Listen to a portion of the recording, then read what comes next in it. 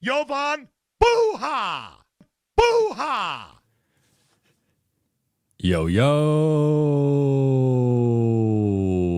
I'm Jovan Buha, NBA reporter for Buha's Block, and welcome to another post-game reaction show. That was a rough one. That was a rough one for the Lakers. They lost 121-92 to the Oklahoma City Thunder. They fall to 8-4. I believe remain fourth in the West, if I'm not mistaken. Might have dropped. No, they dropped to fifth behind Houston now. With Houston, so OKC's first at 12-1. Denver is second at 8-2. San Antonio lost, so they are 8-3. Houston 7-3, and LA is now 8-4. They are now 1-2 on this road trip, setting up at best a 3-2 road trip. But they do have that difficult game in Milwaukee to close out the trip, second night of a back-to-back. We have a lot to touch on. I know some of you were watching on YouTube and playback. I did my first watch-along of the season. Looking forward to doing more of it. Obviously, it was probably the worst loss of the season. Well, definitely the worst loss of the season, but probably the worst loss the Lakers will suffer this season. I don't know if they will suffer a more wire-to-wire, as I said in the title of tonight's show, a dog walking. They got dog walked tonight. They got low broed. They got shown that like there is a gap between these two teams, and I don't think it's a 30-point gap, but there is a gap between the Lakers and the Thunder. So we'll get into all of that. But before we get started, you guys know the drill. For those watching on YouTube, please be sure to hit that subscribe button, turn on channel notifications, and like and comment on this video. For those listening on Apple Podcasts, Spotify, or your podcast platform of choice, please be sure to follow, download, and leave a 5-star review. Shout out to the Late Night Gang. Shout out to everybody in the chat. Recognizing a lot of faces that were in there with playback and on YouTube as well. Appreciate you guys for supporting and tuning in. All right, let's get into the game. So Lakers lose 121-92. And my overarching thought from this game, as I had said multiple times going into this, and even going back to the preseason and training camp, I've been asked, what was the game on the calendar that I was circling? What was the game that I was most looking forward to for the Lakers in the beginning portion of the season? I said every time it was this game against OKC, and that this was going to be a measuring stick game. This was going to be a barometer game. And it was imperfect in the sense of no LeBron, no Gabe Vincent on the Lakers side. Those are obviously LeBron's second best player and a big part of the starting and closing groups. Gabe projects to be the 8th or 9th man in the healthy rotation. So a couple big pieces, but also of note on the OKC side, no J-Dub, who is their second best player, no Lou Dort, who is their version of like a Marcus Smart, although they have kind of multiple of them with Alex Caruso and Kayson Wallace as well. And then no Aaron Wiggins, who is also a big bench piece. So they were missing 3 of their top 8 or 9 guys as well, including a couple of starters. So Lakers not at full strength, but OKC also not at full strength. OKC also on the second night of a back-to-back. Now they just blew out the Warriors in similar fashion to how they just blew out the Lakers. So they did get a little bit of rest or more rest than normal coming off of a back-to-back. It was also a home back-to-back, so they didn't have to travel. But point being, like, this is not the perfect encapsulation of how these two teams stack up. And certainly there are some things working against the Lakers, middle of a road trip, no LeBron. But again, we also have to acknowledge that there were things working against the Thunder with no J-Dub, no Dort, who's their primary defender against Luka going back for several years now, and then also being on the second night of a back-to-back. I say all that to say that my biggest takeaway, and again, the overarching thought from tonight's game is there's a gap between these two teams. And we knew that going into this game. I think even when I have talked optimistically about the Lakers and them potentially being the 3rd or 4th best team in the West, it has been with the caveat and the acknowledgement that the best team in the West is OKC. When I've done the West Power Rankings, I've always had OKC number 1. When, even my season prediction going into the year was I said the Lakers were going to be the 4 seed and they were going to lose in the second round to OKC, who is almost guaranteed to be the 1 seed. So like, this, I was not surprised necessarily by this result. I was surprised at how convincingly it happened, right? Especially going back to last season when LA blew out OKC in that game in March, and then in the next game was up in the fourth quarter before Luka got tossed. But this was a measuring stick. And the good thing with when this occurred, 12 games into the season, is there are still 70 games left for the Lakers to learn from this game, to assess this game, to study the film, see where they came up short, and see how much of that is fixable from the coaching staff and preparation, how much of it is fixable from players in terms of execution and focus and awareness. I thought it was not where it needed to be. And I had been sounding the alarm after the Atlanta game and after the Charlotte game. And I know some people were pushing back on that. And I was just like, this is not the rhythm and flow this group needs to be in going into a big game in OKC. And I think a lot of the same issues we saw in the Atlanta game and the Charlotte game applied to this game as well. And then, the third part of it, right? So it's coaches and what can you do better with preparation in the game plan? It's players, what could you do better with execution? And of course, with the caveats that LeBron and Gabe are out. But then the third thing is the trades, right? And the actual roster. And like, there are some clear roster flaws with this group, particularly defensively. Another rough defensive performance, 121 offensive rating for OKC. I suspect the Lakers defense will drop to 25th or 26th, somewhere in that range after tonight. Their net rating is going to take a hit after tonight. The offense is going to take a hit after tonight. So certainly not the best performance for like the health of the team in terms of like their net rating and where they rank and stuff. But the defense has been a major problem to start this season. And it's been a bit even like, I felt like sometimes I'd hear people talk about the Lakers and they would at least Lakers people would overlook how bad the defense could be. I felt like I was out on a limb with how concerned I was with the defense, and it's been even worse than I anticipated up to this point. Again, they're probably a bottom 5 or 6 defense right now in the league through 12 games, which is just not going to cut it with this group. So it's something that they have to shore up moving forward. But in terms of the gap between these two teams, I think the athleticism gap sticks out. OKC is getting into you. They're ball pressuring you. I thought Kayson Wallace did a really nice job against both Luka and Austin tonight, depending on the matchups. And they were cross matching and switching a bunch. Shea did a good job. AJ Mitchell did a really good job. Their bigs switched onto the Lakers ball handlers and held their own. So in terms of like defense is OKC's superpower with this group. And that's the thing that often turns into offense for them. Lakers right now, like the execution was just not where it needed to be on either end, but the defense allowed OKC's offense to get into a real rhythm, which we saw play out basically from the few minutes into the game and on. OKC led wire to wire emphatically. But I think like depending on how you want to look at this, you could look at this one of two ways, right? Like you could look at this optimistically and say, hey, the Lakers have 70 games to figure this out, study the film, learn from it. JJ can learn from it. Coaching staff can learn from it. The players can learn from it. And maybe Rob and the front office need to take a hard look at the roster. And if there is this, if the goal really is to compete this season, there is a gap between them and OKC. And I think LeBron helps. I think Gabe Vincent helps, but we also can't assume that J-Dub and Lou Dort are going to be out too. So like maybe you add all the healthy pieces and this is closer to like a 12 to 15 point type loss, but it's still a loss. And I still think right now, if these teams played each other in a 7-game series, it's probably a 4-1 victory for the Thunder. And for the Lakers to close that gap, I do think they're probably going to have to make a trade, which I'm sure I will get plenty of questions on that. So I'm not going to get too much into it now, but like I've already felt that way going back to the offseason. This just affirms that further, that there is a gap that I think you can close to some extent with the schematics, with the rotation and with healthy players, but you also probably just need to trade for a player to help close that gap as well. In terms of notable performers tonight, it's kind of nobody.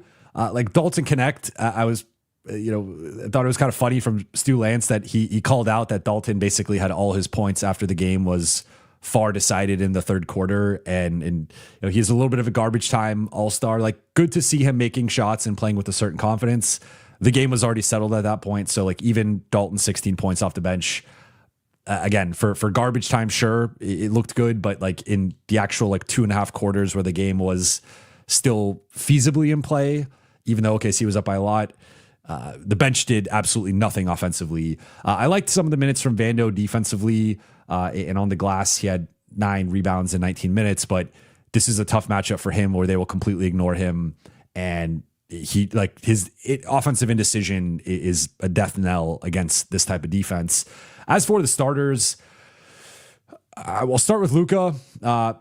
This was Luka's worst game of the season, 19 points, 7 of 20 shooting, 1 for 7 on threes, 4 for 7 at the free throw line. Did still have 7 rebounds and 7 assists, but some of that was well into like the late third, when the game was 30 plus and basically over. 4 turnovers for him, got his first technical of the season, and just not a good performance. And especially considering like Lou Dort was out, I felt like that should have been an advantage, more so for Luka. Like Lou Dort, I think, is the one guy physically on OKC who at least has like the theoretical strength to not get completely bulldozed by Luka.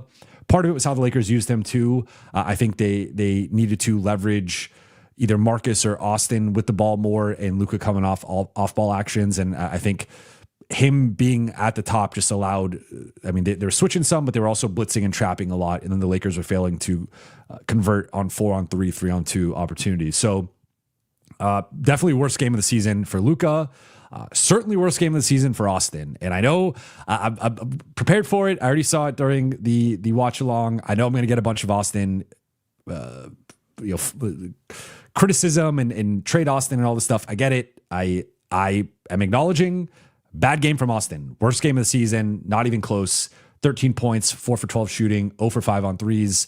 Both Austin and Luka continue to struggle from deep. Both guys are shooting 32% going into tonight. Again, Luka 1 for 7, Austin 0 for 5. Neither one of those is going to cut it. Austin did get downhill a bit and got to the free throw line a little bit, 5 for 6 at the free throw line, like had some nice drives, but in general struggled with OKC's speed, ball pressure, athleticism, had several bad turnovers. He had 5 turnovers himself. So I think there's so many things, and I do have some stats of the night that I want to get into, but like, if I just told you 32 points combined for Luka and Austin, that is barely above Austin's season average. That is nearly 10 points below, or 5 points below Luka's average. 32 combined points for those two guys. 11 of 32 shooting, 1 for 12 on threes, 9 for 13 on free throws, and just 10 assists compared to 9 turnovers. That's the game right there. Like, Shea was the best player on the floor. Shea outplayed Luka head to head. Chet outplayed Austin. And those were a couple of the keys for me going into the game. And like those guys outplayed their direct counterparts, obviously not direct necessarily in terms of like the matchup, but Shea was the best player on the floor. And that alone swings it. Shea himself had 30 points, nearly as much as Luka and Austin combined, despite playing fewer minutes than both of them. So that was the game, right? In like a reductive sense, right? Like there was obviously a lot more that went into it, but the fact that Luka and Austin both had their worst games of the season. With Austin, this brings back the narratives about him struggling against certain teams. I think he has shown, particularly in the 2 Minnesota and 2 Portland, or he didn't play in one of the Portland games, but the 1 Portland and 2 Minnesota games, I think those were pretty athletic teams that forced turnovers that he fared well against. But obviously the standard is OKC. They're the best team in the league, best team in the West. Austin did not perform well tonight.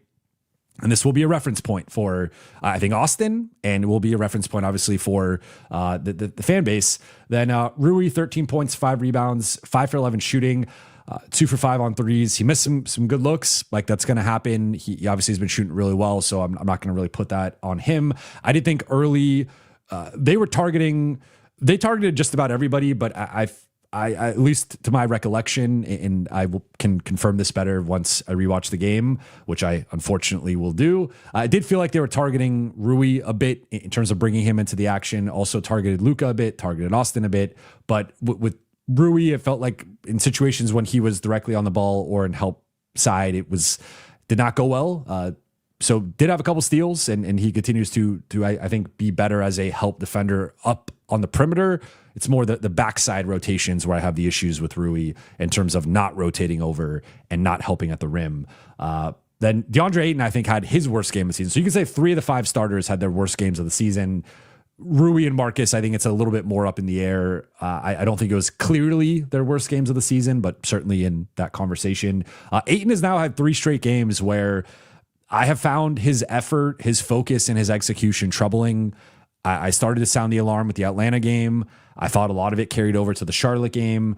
And I thought a lot of that carried over into tonight's game with his rim protection, with his drop coverage defense. Like Shea is going to walk into mid-range jumpers, and Ayton, it felt like Ayton was not aware of that for some reason. But the defensive rebounding against Chet and Hartenstein, obviously he's at a disadvantage as 1 7-footer battling two of them, but I don't think he did a great job keeping them off of the offensive glass at times. They only had 3 offensive rebounds for the starters, I guess, 6 overall as a group. But it did feel like a couple of those were at his expense. And yeah, I mean, I just have not, like, I think it's a stark contrast comparing the San Antonio performance from Ayton to the last 3 games. And even from a production standpoint, I know he scored a little bit better in the Atlanta and Charlotte games comparatively, but like it just feels like his collective impact of the San Antonio game, I don't even feel like he's made that much of an impact collectively over the last 3 games compared to that 1 game. So certainly been a drop off from him. He's been in a bit of a slump. Off the bench, Jake LaRavia had a really rough performance. I believe started this game 0 for 5, hit a 3 late, but was just kind of out there, and he looked a bit out of sorts. I mentioned Vando. I like the defense, like the rebounding, but again, he had 3 turnovers, and maybe one of those was late, but like he just looks out of place offensively in this matchup where OKC is too quick and athletic for him, and Jackson was basically nullified and ineffective, and then Dalton again, the late garbage time flurry, but I think had like 2 points through the I use competitive portion of the game in quotes. In terms of stat of the night, for those who watched on playback and on YouTube, I went into the game with 3 keys for the Lakers. One was the possession battles, specifically turnovers. I said for LA to have a chance in this game, they needed to turn the ball over, ideally only 12 or 13 times, maybe 14 on the high side. They went into the fourth quarter with 16 turnovers, so already they had 12 in the first half. Like that's just too many. So that was really the game. What was the turnovers, the points off turnovers for OKC, getting them going. So they failed in that regard. I said they needed to have a free throw advantage against OKC, ideally something like 8 to 12 free throws to try to win one of the possession margins, because of the turnovers, OKC took 11 more shots than the Lakers. They also shot 10% better. So you add that up, they were plus 13 in terms of field goals made. But actually, OKC made 2 more free throws than the Lakers. They attempted 5 fewer, but LA missed, what is it? I can barely see here, but looks like they missed 7, 8, or 9 free throws. Either way, they shot 68% on free throws. So they lost the free throw battle in terms of makes, because ultimately that's what matters. You could attempt 1 million free throws. If you don't make them, it doesn't matter other than foul trouble. And then the other thing was, I figured Luka and Shea were going to cancel each other out to a degree. That ultimately did not happen. Shea was better tonight, but I was looking at Chet versus Austin as to who could be the 3rd best player on the floor, who could be the better number 2 option. Chet didn't even have a great game. He was in foul trouble, 11 points, 3 rebounds, a couple blocks, but he did not struggle as much as Austin did outside of the foul trouble. And I think he ultimately was more of a net positive from this game, and would say he outplayed Austin, but really looking at like Hartenstein and what he did, AJ Mitchell, Caruso off the bench, Isaiah Joe got hot, and Lakers just, I guess, did not realize he's one of the best 3-point shooters in the league. So that one was less like decisive in OKC's favor, but I still would say on balance, Chet outplayed Austin tonight. And then let's get into the 3 takeaways. We'll go through these quickly. Number 1, I think to kind of extrapolate out the overarching thought, I think this road trip has been illuminating in terms of where the Lakers are at and some of the deficiencies with this group, right? So they're 1-2 on the road trip, and they had the embarrassing loss to Atlanta. They had a bit of a shaky win against Charlotte, and then a complete and utter demolition against the Thunder.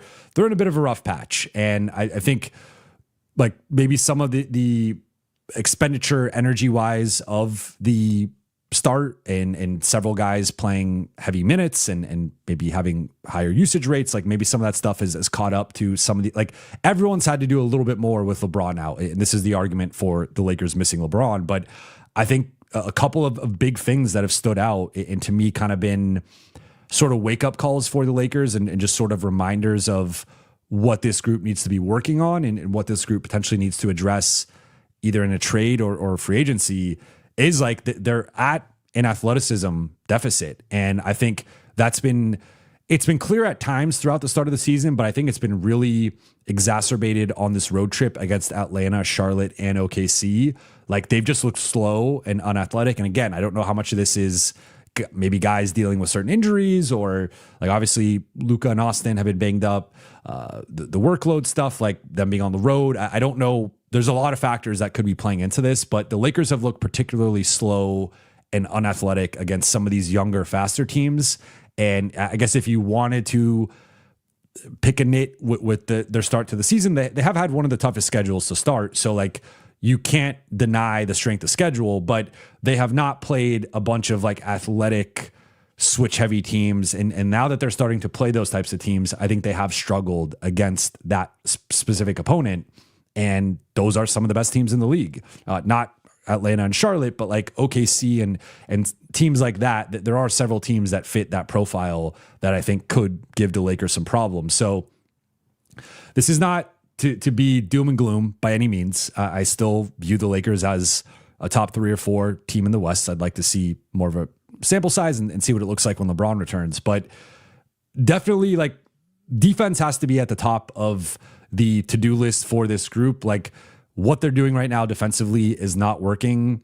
And I think some of the switching stuff has not worked. Some of the, like, I have liked some of the zone possessions, though they also, they can be susceptible to just flashes to the middle. And OKC had several of those flashes for little floaters or like kick out passes. And the awareness off the ball has not been good for most of the season. But they got to figure something out defensively right now. And I don't know if it's like a grander change to the lineup or to the rotation or what.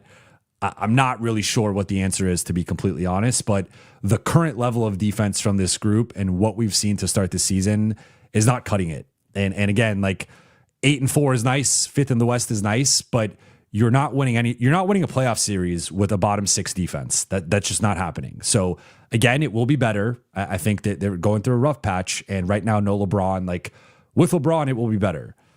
But how much, like, if it's 20th or 22nd, that's still not good enough. They have to dramatically improve on the defensive end. So that's my biggest concern right now.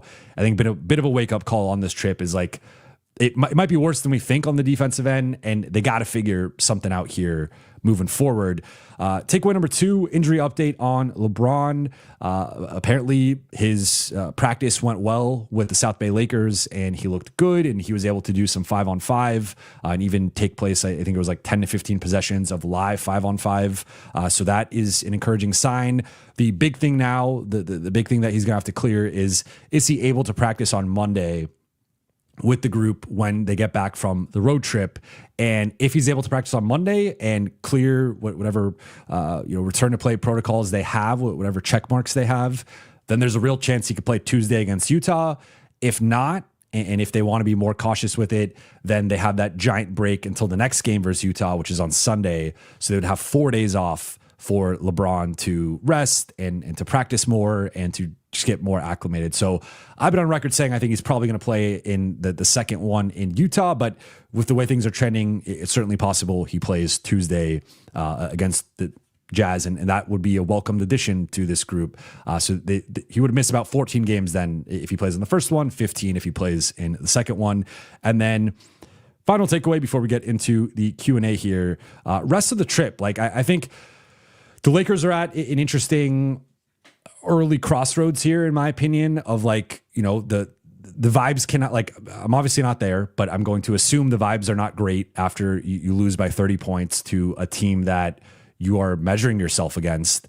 And I'm sure JJ had a lovely post-game press conference, and I'm sure the players were in a great mood after this loss. But in all seriousness, like the way to get past this, the way to move on, the way to turn the page on this little rut that they're in is just to win. And they get a nice palate cleanser on Friday against New Orleans. Nothing like playing a bad team, although they just played 2 compromised teams in Atlanta and Charlotte. And obviously those 2 didn't go exactly as planned. But like, I think New Orleans should be, if the Lakers can bounce back with the requisite focus and spirit and energy, they should win that game by double figures and ideally blow out New Orleans and then get to rest their guys for the Milwaukee game. Then obviously Milwaukee's second night of a back-to-back. That's a tough road matchup just in a vacuum, but end of a 5-game trip, second night of a back-to-back, that's going to be an especially tough road game. So that but if they can win those final 2 games, I think they're going to beat New Orleans. It comes down to, can they beat Milwaukee and can they put New Orleans away early enough? I think that would change the tune of this trip. But if they beat New Orleans and then lose to Milwaukee, it's a 2-3 trip. Now that's kind of extending like this little bit of a rut, this little bit of the struggles and the vibes and whatever. So I think I'm interested to see how they bounce back, right? Like they did not bounce back in the best way against Charlotte, but they eventually pieced things together enough to win that game. They had the nice third quarter. Tonight, there was basically nothing positive to take away. I legitimately don't know a positive thing to take away from this game. There was really not one area that they performed well in. They didn't shoot the ball well. They didn't take care of the ball well. They didn't rebound the ball. Rebounded the ball okay. They were even there. But not even 20 assists for this group. They barely cracked 90 points. There's not much to take away positively from this game. So basically anything would be an improvement against New Orleans, but I want to see how they respond, right? Like they're now facing some adversity. How do the Lakers respond? And if this team has the culture that we've seen to start the season, they will respond well and they will come out and beat New Orleans, beat them by 15-20, and then come out and at least have a real shot to beat Milwaukee. But with all that said, let's get into the Q&A here. First one from L9. Thank you for the super chat. Plinka needs to join his boy Nico in the unemployed line. If he was serious, he'd make changes after this game. It would be a wake-up call to the front office. The one thing I will say about this is what I continue to say in terms of the trade front of teams just typically don't start trading until December 15th. There's a crop of players that becomes available that were former free agents who were signed, guys who signed contracts in the previous offseason. Then there's the next wave of guys on January 15th. So right now, I don't know the exact number off the top of my head, but it's roughly 75% of the league is trade eligible, but there's another 25 or so percent that's ineligible to be traded currently because they just signed contracts this past offseason. That might even be a low number. It might even be closer to 2/3, 1/3. But point being, right now, I still think the Lakers are at least a month away from making a real move. Even going back, the DFS trade is really the earliest trade they've made in a season in this regime, at least to my recollection. And that happened right before New Year's. So could certainly see something, I guess, before Christmas technically, but for the most part, it's not even just a Lakers thing. It's a league-wide thing. Teams don't really make trades until the second half of December, if not into January. So I think what this should be for the Lakers and for Pelinka is a reference point as to, okay, we've talked about championship expectations, championship habits, championship communication, championship this, championship that. Okay, but we're not currently close to OKC. And again, LeBron will close the gap. I don't think he's closing a 30-point gap when you also add in J-Dub and Lou Dort. So the Lakers are still behind OKC to some degree. And I think there are some things that could be better with the lineups, with the rotations, with the schematics. Certainly room for improvement. But I think it probably has to come in the form of a trade. So I think this needs to be a reference point of if the Lakers are truly serious about competing and contending for a championship this season, they need to look at this game, study it, and figure out some of the areas that they feel like they could be better, which I think the two things that stand out immediately are athleticism and defense. Light them up. Thank you for the super chat. This game really put into perspective how much this team, as presently constructed, isn't a championship team, not even close, kind of depressing. Again, I don't want to overlook some of the clear positives to start the season, right? Beating Minnesota twice and beating San Antonio and beating Portland, and there have been some real positives. So I don't think this loss wipes it away, but I do think this loss is a reminder of honestly how special. I think, to be completely honest, I think this game said more about OKC than it did about the Lakers, and it's just this OKC team is frightening. They just blew out Golden State, who pretty much was entirely healthy. Or I think Al Horford didn't play, but they were closer to full strength than the Lakers were. And they just lost just as badly as the Lakers did last night on the front end of a back-to-back. this OKC team is just scary. And they are, in my opinion, the best defending champ we've seen since that second KD Steph team, like I guess since that 17-18 team.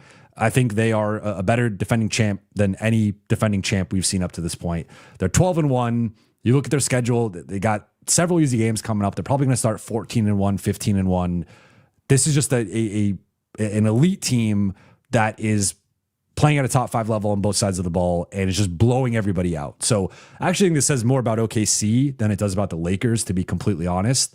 However, like the Lakers have a ways to go, particularly on the defensive end. Like that's been the again, for as bright of a bright spot as the offense has been, and as Luka's play and Austin's play and Rui and Ayton and some of the new guys, like that stuff's been great and that stuff's been encouraging, but the overall team defense has been bad, and there's no way around it.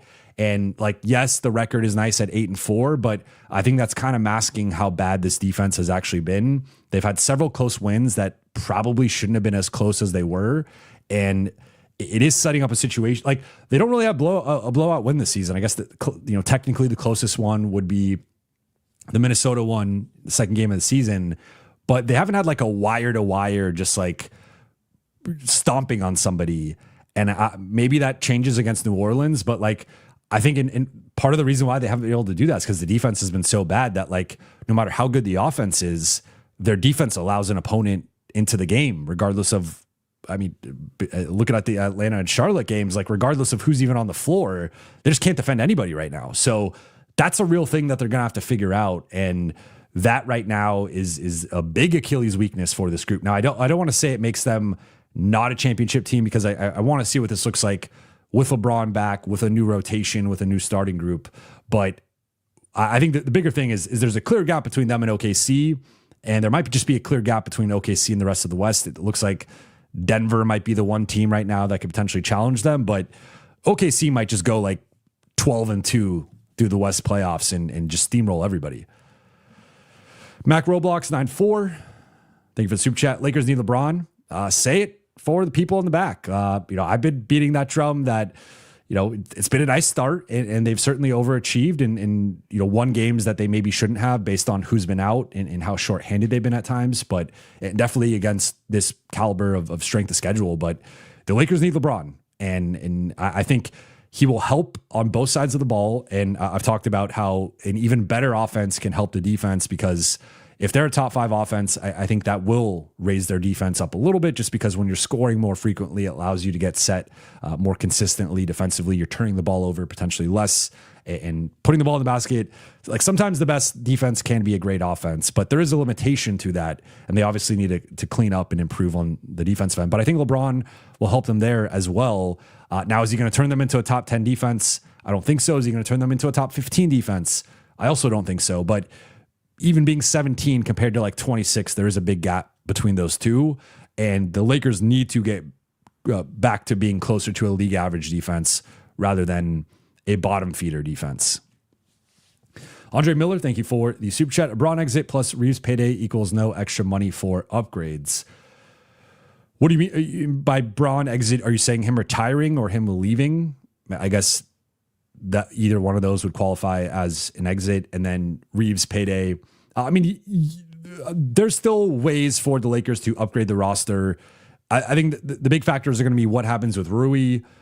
Like, of course, Austin and his number is a big factor. So I don't want to say it's not, but like we can pencil Austin in probably for 35 to 40 million, regardless of again, I've made this point a million times, but regardless of how you think Austin fits, they're not getting requisite value for him ahead of this trade deadline. So the shrewd move, even if you think Austin doesn't fit with this group or doesn't fit with Luka, the shrewd move is to re-sign Austin and then flip him next season. So assuming the Lakers re-sign Austin, which is the assumption I'm going to operate under, 35 to 40 million, pencil that in for Austin. Depending on what happens with Ayton and Smart and Rui, those are like the 3 swing guys, because if Rui just leaves, then obviously you have a little bit more flexibility, but you have lost Rui. If Rui is signed and traded, or maybe you get something back, or if Rui's extended or just resigns, then obviously that affects it. And then you have Ayton and Smart, who both have player options, and if those guys end up opting out, in leaving or re-signing for more money, obviously that's going to impact it in one way or the other, right? Like they either leave and you have more flexibility, but you lost that roster spot or, that player, or they re-sign, but at a higher number. And then that also affects it. So I think there's a lot of moving parts here it's too early to have a proper read on what, DeAndre Ayton off of the Spurs game, I'm looking at that guy as that's a $20 million plus player.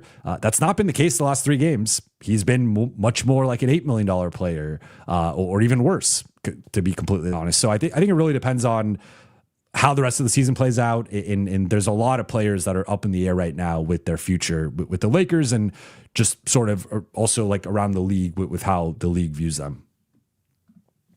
Mac Roblox 94, thank you for the super chat. Trade Connect for Keon Ellis. I mean, I would do that in a second. I don't think Sacramento does that straight up. I think if I'm Sacramento, I ask for a first round pick for Dalton and first for Keon. If I'm the Lakers, I say no. And then do you settle on a second and maybe one, the furthest out pick swap you could send to give Sacramento some theoretical upside down the road? Maybe. Now I've talked about the issue for the Lakers and their pick swaps right now is a pick swap is basically a bet that team is going to be worse than you. And there are not many teams that can conceivably bet that the Lakers are going to be worse than them at any point in the near future. With Luka being 26, about to be 27, it's setting up nicely in terms of the next 5 to 7 years. I would bet on the Lakers being a top 4 to 6 team in the NBA for most of that run. So, if you're OKC, maybe you're the exception of, okay, if I'm OKC, I'll bet Lakers are worse than me. But outside of OKC, it's tough to confidently be I'm going to, the Lakers are going to be a worse team than me. If I'm Sacramento, I cannot confidently say I'm going to be better than the Lakers at any point in the next 5 to 7 years. So that's the sort of hurdle there for the Lakers in terms of moving one of those pick swaps is just if you give someone a pick swap and it does not materialize, it's just nothing. So you it's window dressing. You can say, you could package it however you want to package it. But if you give someone the pick swap, sometimes there's different stipulations you could put in of if it doesn't convert, it turns into something else. So maybe that's something, maybe it turns into a future second, or I don't know, but probably have to be at least Dalton and a second, if not more. Mac Roblox 94, what defensive players do the Lakers need? It's a good question. I mean, first and foremost, I think they need that 5th starter that moves. I think the ideal construction of this group, I will continue to say, I think Rui and Marcus both make more sense off the bench. And especially in comparison with the caliber of starter that Denver has and that OKC has, I think those guys are more in line with the high end bench players that those, Denver's a little bit of an exception because they're still not that deep. They're deep by Denver standards, but I think more so comparing it to OKC, I think at full strength, OKC has Wallace and Caruso coming off the bench. I think Rui and Marcus are more in that conversation than they are in the conversation with like a J-Dub or a Dort, right? I think those guys are just, and even Wallace and Caruso, I mean, you can make the case OKC is just loaded. I don't know what else to say, but I think ideally a higher level defensive player who's also not a minus on offense. One of the points I made on the playback was that I think I liked some of the moments I saw from Marcus and Vando defensively tonight. The issue continues to be Vando's a glaring minus on the offensive end, and Marcus tonight 1 for 5, 1 for 4 on threes. Took an insane pull-up 3 that he missed. Did draw some fouls, so that was drew multiple fouls on OKC. Got to the free throw line for 6 free throws.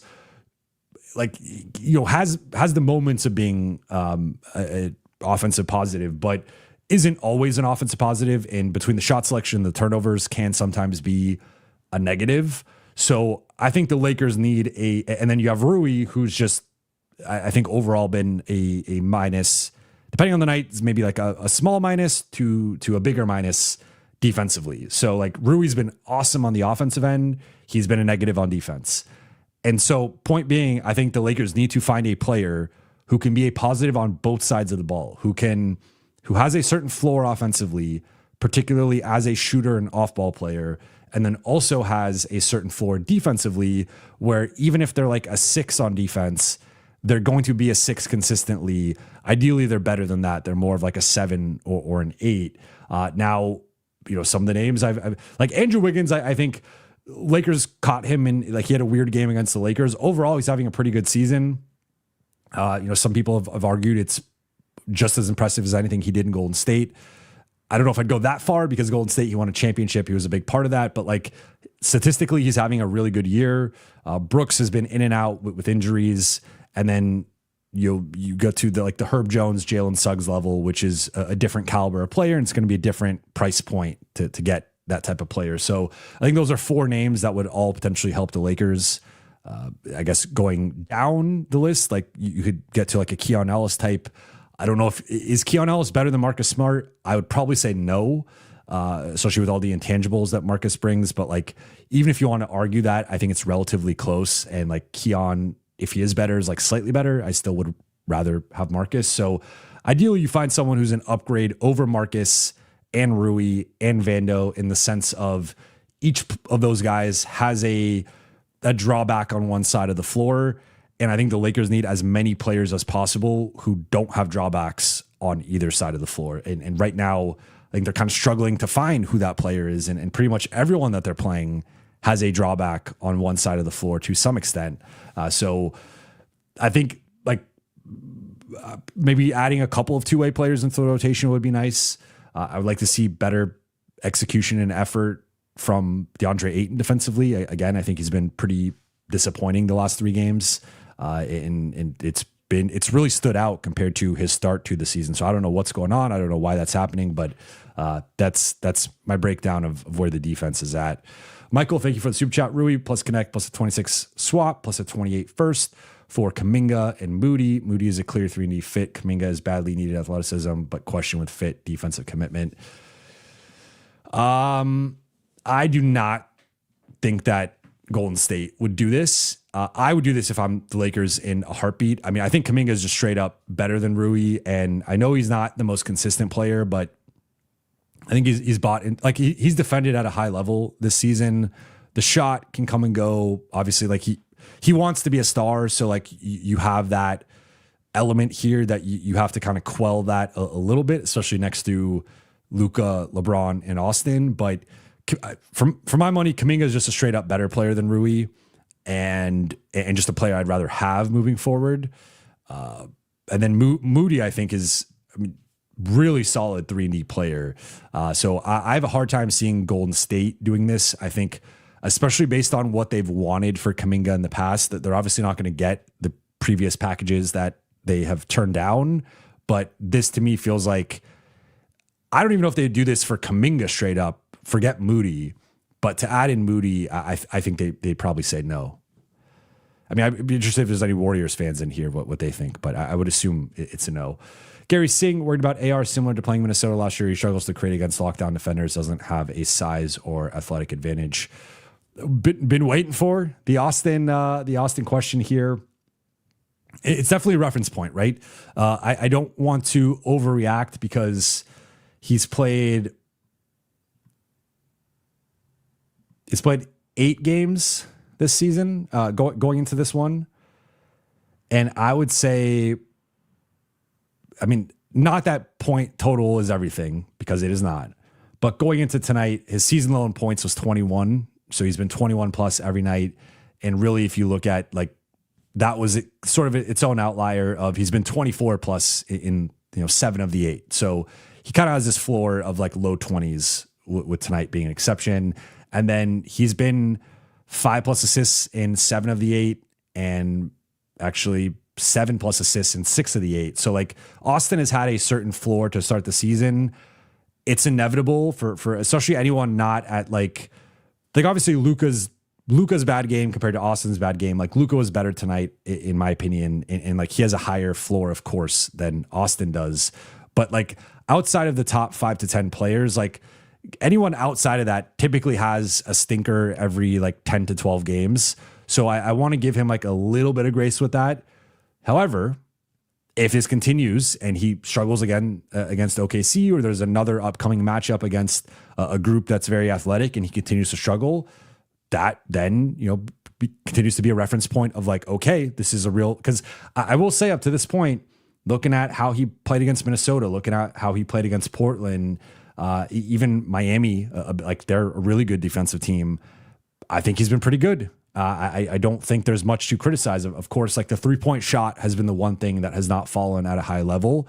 But outside of that, the turnovers have, he's had a couple of big turnover games. Otherwise, largely been, looking at like 5 against Golden State was high, but then 1, 2, 8 against Portland, second out of a back-to-back, still had 41 that game, but 3, 2,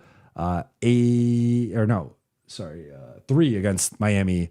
My contacts are giving me hell right now. 1 and then 5 tonight against OKC. So 3 of the 9 games he's been 5 or more, but for Austin and especially some of the high turnover games he had last season, I think there's been real improvement there. The playmaking has been better. So I don't want to overreact to one matchup and just write off everything Austin has done, including performing well against athletic teams in the form of a Minnesota, a Miami, and a Portland. But I do like the standard for the Lakers is, again, you're going to have to go through OKC at some point. And if Austin cannot be Austin against OKC, then that is an important thing. And for building a team around Luka, of course, you're going to need to go through OKC, not just this year, but in the next 3 years, the next 5 years, right? So if Austin, for whatever reason, doesn't match up well in that matchup, then that is something you have to consider, and that is something that you have to factor in with how you build the roster. So I'm not saying it doesn't matter, to be clear. I'm just saying that with how awesome and how impressive Austin has been to start the season, including in some specific matchups that I think would have given him more problems in previous seasons, I don't want to like write off or dismiss everything he's done. Was it concerning? Yes, it is concerning. And as long as he continues to have these types of games against these types of teams, the people are going to be chirping, right? And understandably, like I'm not denying that it was a stinker, and it was the wrong game to have a stinker. So certainly something to monitor moving forward. I just don't want to I feel like I don't want to be too reactionary in either direction of being like, well, Austin can't play against OKC, because I don't think that's true. But can he be himself against them? That's still maybe an open-ended question, and an important one for how LA builds their roster. All right, dive in back into the chat here. Light them up. If you have time to leave a comment, push the like button. Yes, let's get those likes up. Also, let's get those subs up. I've not done this yet, but I am considering switching the chat to sub only, because I think really if you're part of the late night gang and you're not subbed, I don't know what you're doing at this point. What's up, DJ La Paz?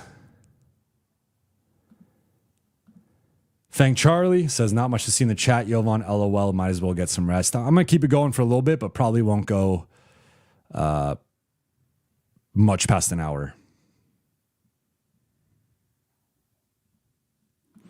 Richard Case, get McDaniels this year, then Denny next year, go from there. I think it's going to be next to impossible to get, you're going to have to give up Austin, honestly, to get McDaniels. You're not getting McDaniels for a first and Rui. McDaniels has been like far and away their third best player, and it's not even close. Europe, I'm more concerned with the offense than anything. No one seems to be on the same page. Coming off of tonight, the offense was obviously bad, 92 points. Let me see what their offensive rating was quickly.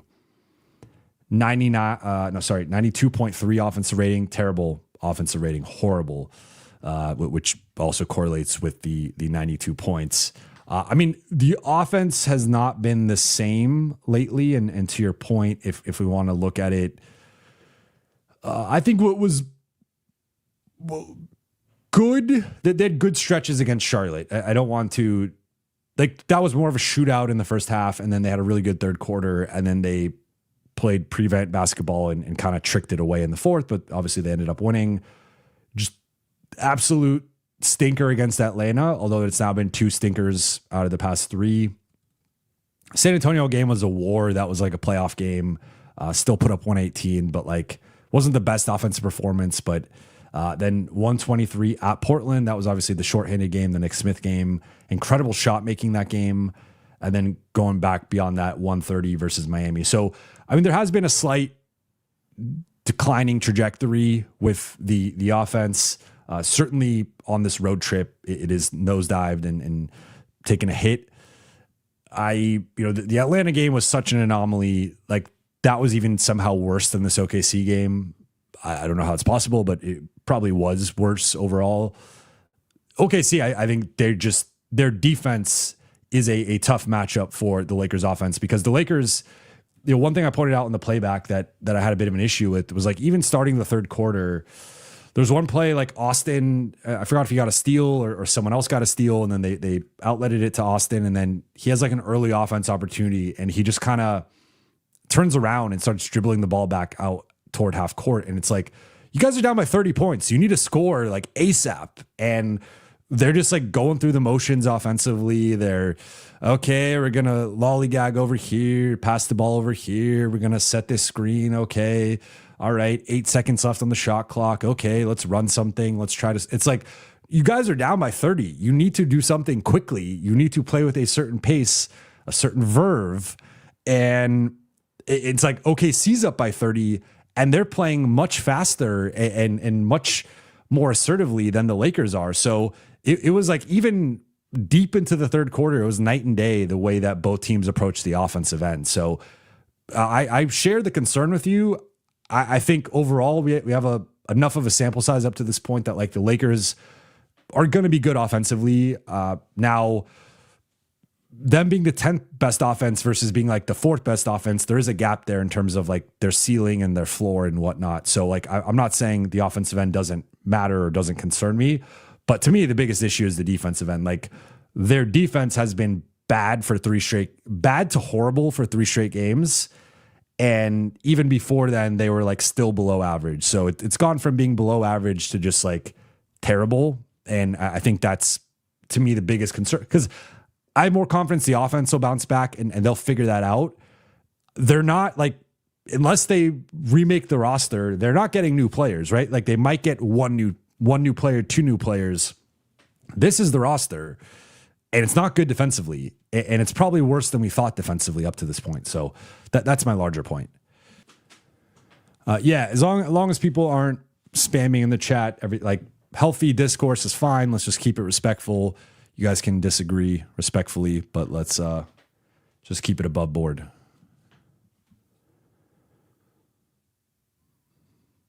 All right. Any other questions before might wrap a little bit past an hour? If you guys don't have any more questions, I missed some super chats. I apologize. Another one from Gary. Thank you for the super chat. Crazy how OKC packs the paint on every drive. It's insane.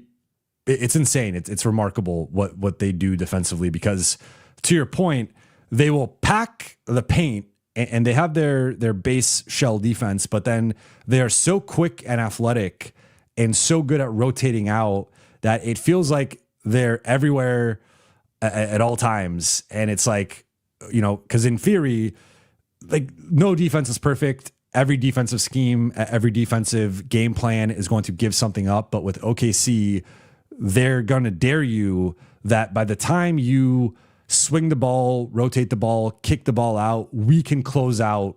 And then if you try to put the ball on the floor, we're so quick and we have such good hands that we're going to tap the ball out. Like how many times did the Lakers have a drive tipped away tonight, or they try to make like a little shovel pass that got tipped away or turned over?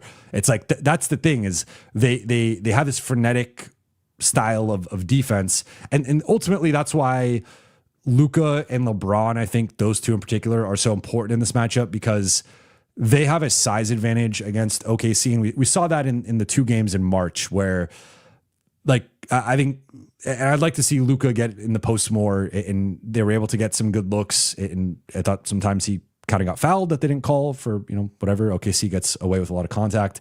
But like LeBron and Luka being so big, so strong, and also such great scorers and playmakers, where you have to really respect both the fact that they can score on you one-on-one, and that shifts a defense.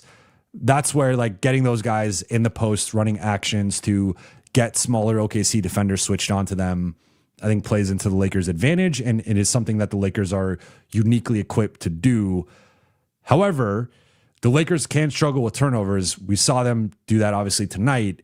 And what OKC does is they'll pack the paint, they rotate out, they start, they swarm, they rotate, and they are so good at defensive playmaking that if you put the ball down next to Kayson Wallace, you put the ball down next to Alex Caruso, you put the ball down next to Shea, they're going to rip it from you. They're going to tap it away. They're going to steal it. They're going to grab it, whatever. So, I mean, they're incredible defensively. Like that is clearly the side of the floor they're better on, right? The offensive end is where I've talked about it. Like they can go through lulls with the shooting, with the turnovers, with the decision making. But even then, like we haven't seen J-Dub, who's their second best offensive player, and Chet is starting to ascend to a different level offensively. Their shooters are making shots. Like they're just a really, really good team. Kerwin, thank you for the super chat. If we're not known as a defensive talented team moving forward, our chances are slim to none. We will never have an offensive shortage having Luka. Yeah, I mean, I think there's obviously a balance, right? In at times, maybe like the previous era of the Mavericks, I think we've seen like kind of both sides of the coin, right? Where I think some of the previous Mavericks teams over-indexed maybe on the defensive side and didn't have enough offense. I think going back to like last season's Lakers, that was a group that was way more offensive than defensive. Interestingly, they didn't really put it together on the offensive end. They put it together more on the defensive end, but like, I mean, that group also had a depth issue, but in terms of like the way that the roster was structured, the way that the players, in terms of like their mentality, it was a much more offensive group around Luka. And I think you need a balance, right? But Luka is special enough and can put enough on his shoulders from a usage percentage that you're going to have a certain floor with a Luka-led team. And we've seen that with the Lakers going back to the trade all the way up to now. Like you have a certain floor with Luka, and it's a pretty high floor. But you do need to surround him with a certain amount of defense. And I think Luka can be part of a good defense and has been part of good defenses before. But the Lakers do test that theory because they also have, they have multiple guys who can be picked on defensively or aren't the sharpest in terms of their processing, their decision-making, their rotations, their screen navigation. Like they have enough flaws collectively defensively that like it does exacerbate some of the overall concerns. Now, I mean, I don't think they're going to be a defense talented team, or, I don't see them right now as constructed being a top 15 defense. I just don't think that's realistic. But if they could be the 17th best defense and the third best offense, that's still a really, really good team that, again, with the right trade, potentially can elevate them into a different class. If they just stand pat, I do think the defense is going to be a real issue. David, thank you for the super chat. I'm shocked Lakers offense only ranks 18th in the league.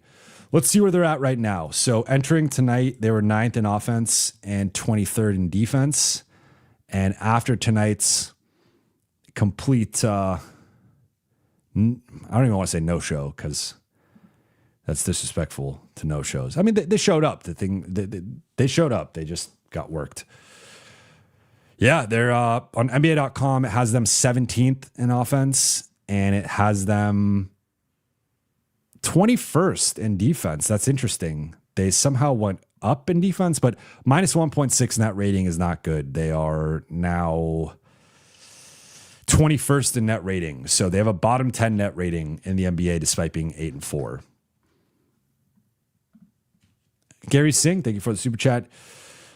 OKC plays hard every possession. Lakers have a switch. Yeah, I mean, that was where like I forgot who commented it. Someone commented on my Charlotte post game that like, well, of course the Lakers were going to have a letdown against Charlotte in Atlanta. Like, they're not good enough defensively, and I guess maybe that's partly true, but I think the implication was like that the Lakers like don't have to try hard or don't, it's not kind of the way they're wired. And I just disagree with that because I think they have tried hard. I think through the first 8 games of the season, didn't matter who was in the lineup. They showed up and they tried hard and they executed to the best of their ability. And obviously they lost a couple of those games, but they won more often than not. And you could not point to effort and urgency being like, of course, teams go through lulls. No team is perfect. And even OKC had a couple of tough stretches tonight, but like OKC plays hard every possession for the most part, or as close to it as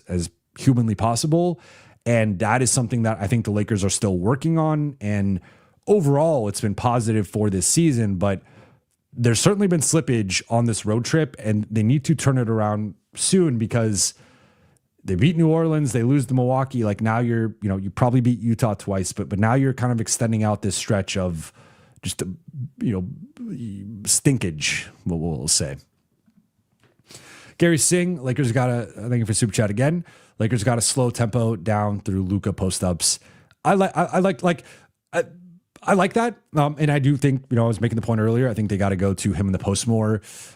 I also think they need to play with when you have those early offense opportunities and those transition opportunities, you need to do a better job of capitalizing. I don't think they did a particularly good job tonight in that regard. Looking at it, they actually outscored OKC 16-10 in fast break points, although that was part of that was garbage time. I would like to see what that looks like through the first three quarters. I could actually pull that up quickly on NBA.com. If we look at, let's just look at the first half.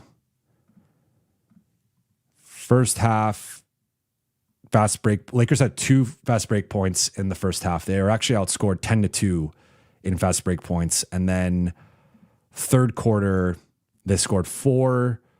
OKC scored 0. So it was 10-6 through the 3 quarters, and then LA outscored them 10-0. So 0 second half fast break points for OKC. I guess that's a slight positive, but obviously through the competitive portions of the game, LA was worked in transition.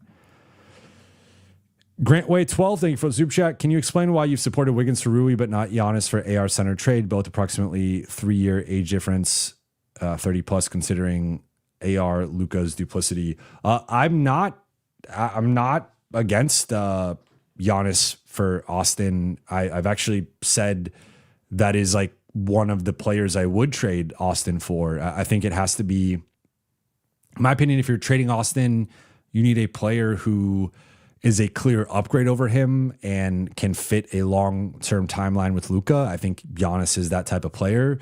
I guess the hurdle I see here is I don't think Austin is enough for Giannis, and I don't think Austin plus a first. This is not the AD trade. This is not Dallas. Austin plus a first is not like there are going to be teams that easily top that. Maybe not with like a better player than Austin, but maybe they have a couple of young, intriguing players plus 2 to 4 picks, and 4 might even, like we've seen Mikal Bridges, Gobert, Bane go for 4 to 5 picks. Like you could, Giannis, even with him probably starting to, I don't even want to say exit his prime because he's averaging a career high in points right now. So it feels odd to say that, but like he's obviously in his early 30s. He's in maybe starting to get closer to a different phase of his career. He still is a better player than Rudy Gobert ever was, than Desmond Bane ever was, than Mikal Bridges ever was. And every situation is different. And so I don't want, like, it's not always apples to apples in terms of exact trade value, but I assume if you're putting Giannis on the market and you're Milwaukee, you are entering a different phase of the franchise and you're going to ask for a mother load of picks. So I don't think as constructed, the Lakers have enough to get Giannis. I think it would probably have to be next offseason. Draft night, they have up to 3 picks to trade, including that 2026 pick. Maybe 3 picks in Austin gets you in the conversation, but I think it's going to be a really high price to get Giannis. Then there's also the reporting that New York is his preferred destination. His family just moved back to Greece. New York to Greece is much closer than LA to Greece. So I think that's like something you have to factor in here. It seems like if he does leave, New York would be the preferred destination. And again, if you look at a U.S. map, Milwaukee is, not quite in the middle, but a little bit more on the right side. But New York is obviously further east and closer to Greece. And California and L.A. is much further west opposite of Greece. So I think with those factors, what's been out there in terms of the team he wants to go to, it does seem like it's New York as the heavy favorite. So all those factors, I think, combine to, in my opinion, make it unlikely that Giannis ends up in LA. I think you also look at the Lakers shift of like earlier in the offseason, there was the report or reporting coming out that the Lakers were looking at this 2026 or 2027 plan with Giannis and with Jokic. And if they could get one of those guys, then Jokic ends up not signing the extension, but that was because it's more prudent for him to sign a future extension. He has said he wants to remain a Nugget, wants to retire a Nugget. And, so it seems like they have a really good team. Then you have Milwaukee and Giannis, and he admitted that he has a wandering eye or had a wandering eye this offseason. But, it seemed like there was a bit of a shift of, there was a lack of clarity as to how available Giannis was. Obviously, he didn't end up getting traded. Then it also comes out that the Knicks are the favorite. So feels like, then after all that, LA started to be like, well, now we're willing to take on money. So I don't know if they got intel maybe that those guys aren't as available or that, the pipe dream of adding a Jokic, adding a Giannis just isn't going to happen. So say all that to say, like, I would support a Austin for Giannis trade. I like Austin's never going to be Giannis. Giannis is the top at worst 4 player in the league, if not arguably second or third, and right there with Luka, behind Jokic in my opinion. So I would do that. I think it's probably a long shot. Gary Singh, thank you for the super chat. Don't understand why SGA is allowed to push off always. It's funny. It's almost like the reverse Shaq, right? Where Shaq, because of how big and strong he was, any contact. I mean, he got away with contact. Let's not act like Shaq didn't get away with contact, but like there would be the times he would just bulldoze someone, and it wasn't even necessarily a malicious thing, an intentional thing. It was just like Shaq was so big and so strong and so powerful and forceful that even him turning with a drop step could drop a big dude, and he'd get these offensive foul calls. And then also like kind of the other side of that was that teams were able to hammer him. And because he was so big and strong, the way that the refs viewed it was like, well, Shaq can proportionally Shaq can take more contact. Shaq can put up with more because he's so big, because he's so strong.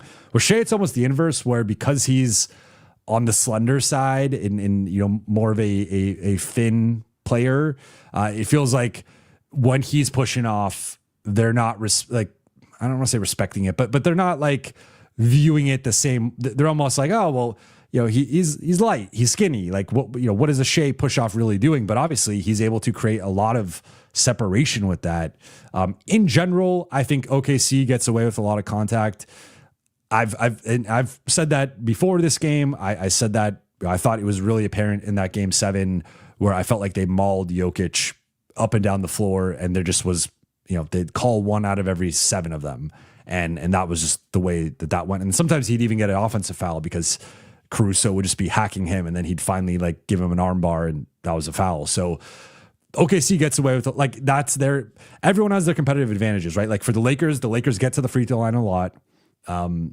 And the Lakers also don't foul a lot or don't get fouls called on them. That's an advantage for LA. For OKC, it's Shea gets fouled a million times, and then they foul you a bunch and they don't call it. So yeah, I mean, it's frustrating. I get it, but it's a factor. Like you have to factor that in when you're playing OKC. Shea's going to get a certain amount of calls, and they're not going to get a certain amount of calls with their physicality. And like, you can either complain or you can figure out a way to beat them, right? Carl Anderson, OKC gets away with contact because they have good positioning. Yeah, and I also think they do a good job of setting the tone early, right? Like if you're going to play with a certain level of physicality and aggression, and maybe you pick up an early foul, then that kind of sets the tone for what that evening is going to be like. Grant White says, Jovan, I agree. I would trade for Giannis also, but you did say on a previous pod that you wouldn't trade AR for Giannis. You said you would not due to age difference, almost 31 years old. If I don't remember saying that, but if I did say that, then I I was incorrect and I take it back. Yeah. Omaris, Jovan Lakers are 8-4 and got a -1 net rating. Is that a cause for concern or is it early? Yes and yes. I do. So, I was making this point on the playback that like for a lot of analytics people and just like the statistical community, net rating can sometimes be an even bigger indicator of your true quality because like, for example, looking at it, well, let's just say, I mean, the Lakers are right behind Houston in terms of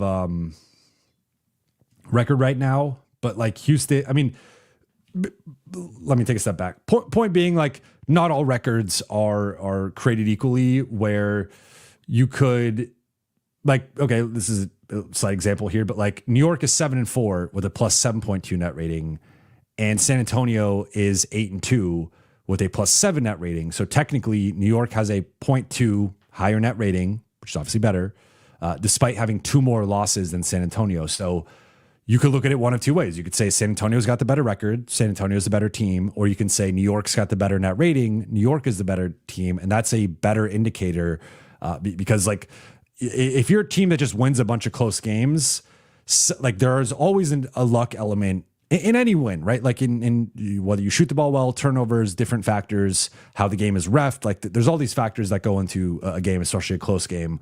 But you obviously want to be a team that's like blowing teams out, winning games by double figures. That's why, like, I mean, OKC right now is a plus 14.4 net rating, which would blow away the highest mark of all time.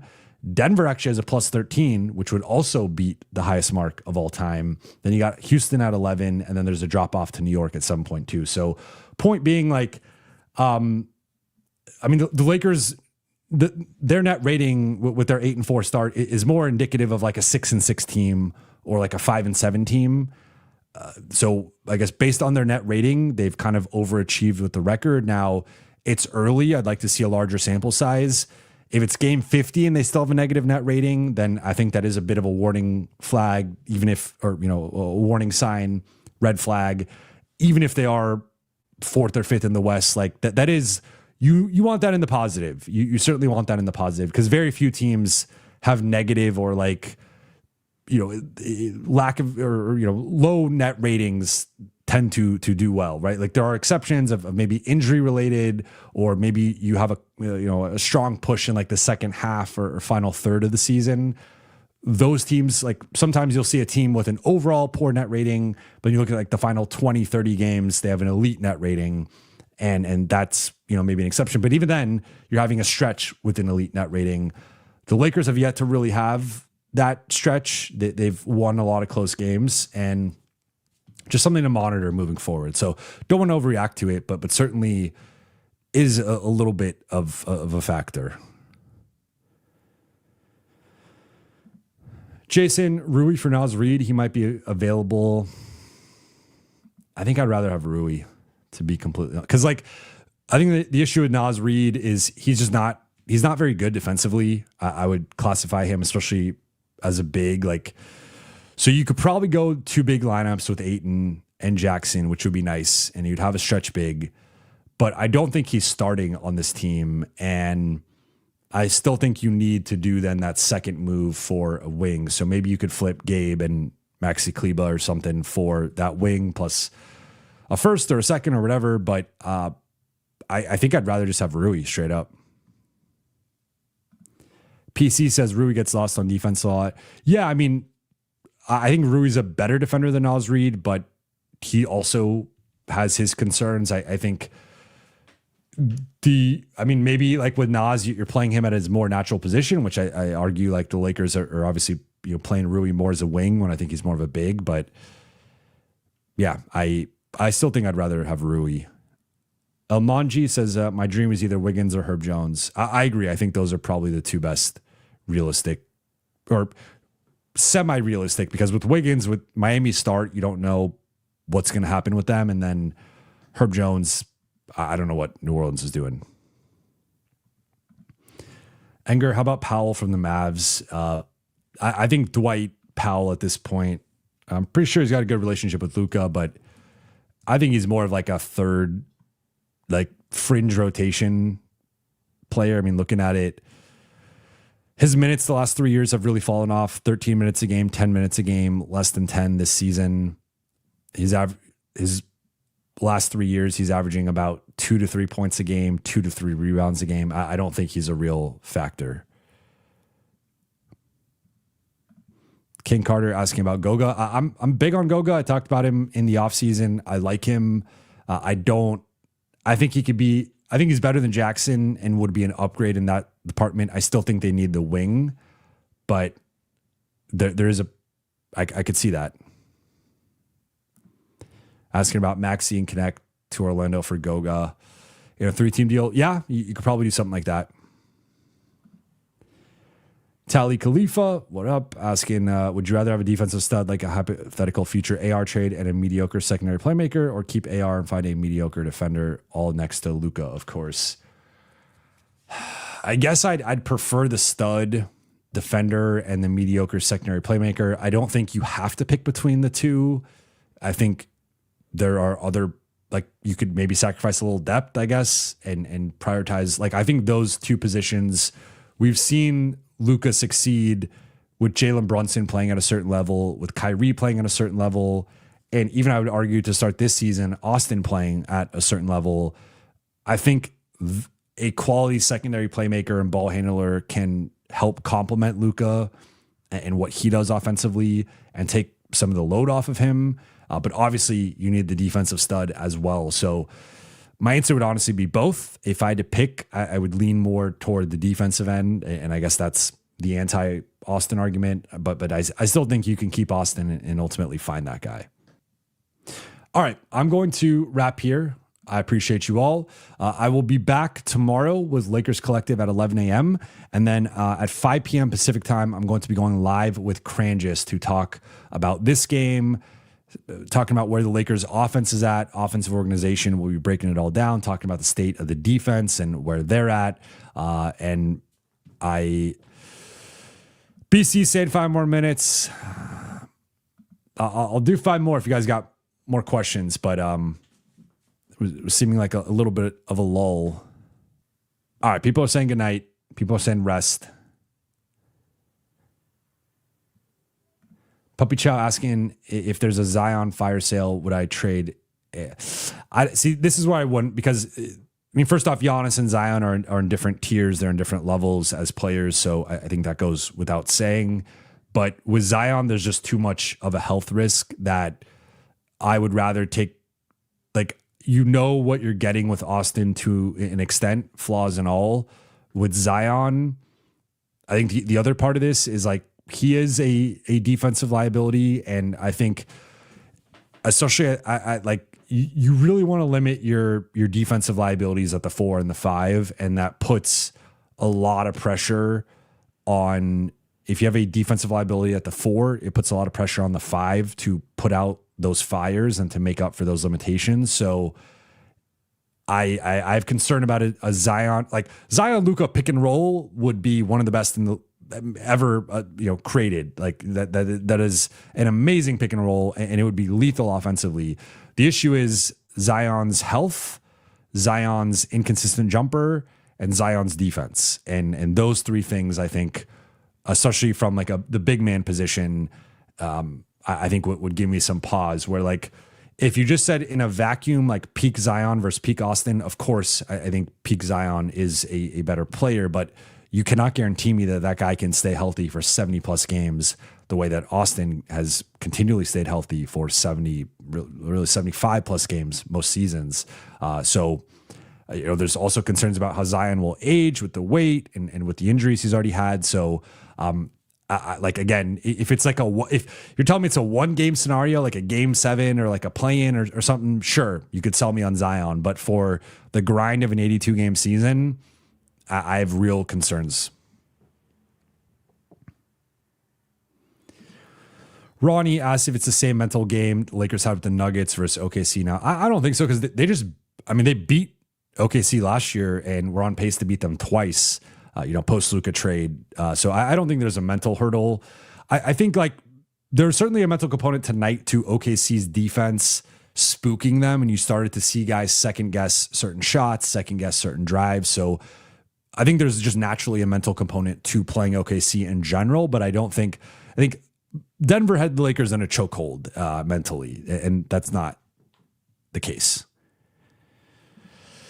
Grant Way asking if I trade AR, Rui, and Jake for Trey Murphy and Herb Jones. So I got asked, I believe yesterday, about just AR for Trey Murphy and Herb Jones. I think that's a little bit too much for me, but AR for Trey and Herb, maybe AR and Rui for Trey and Herb is interesting. That does, like, you know, you are taking, I think, a clear step back from the playmaking, ball handling perspective. Like, Trey Murphy's gotten better, but he's not close to being Austin.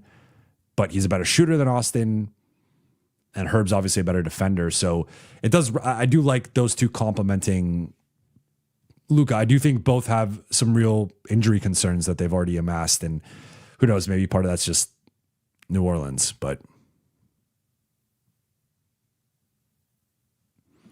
Connor asking if the Mavs become a potential trade partner again.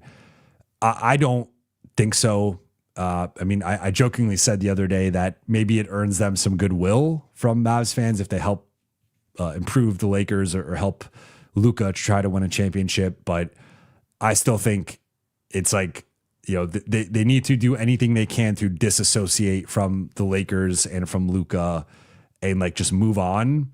And I think firing Nico was the biggest step in the process. But I do think doing a trade with the Lakers, like, if anything, if I'm Dallas and you, like, because in theory, right, you should be cold and calculated, and it should be like, what's the best business decision? What's the best move for the organization?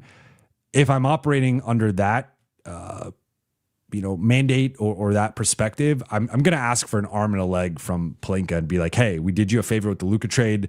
Now we want like XYZ. You want Max Christie, we want a first. You want this player, we want a first. So I could see them maybe being willing to negotiate, but negotiate from a point of like Dallas having the power or Dallas being like, we're not going to just do you another favor. Like, we want more.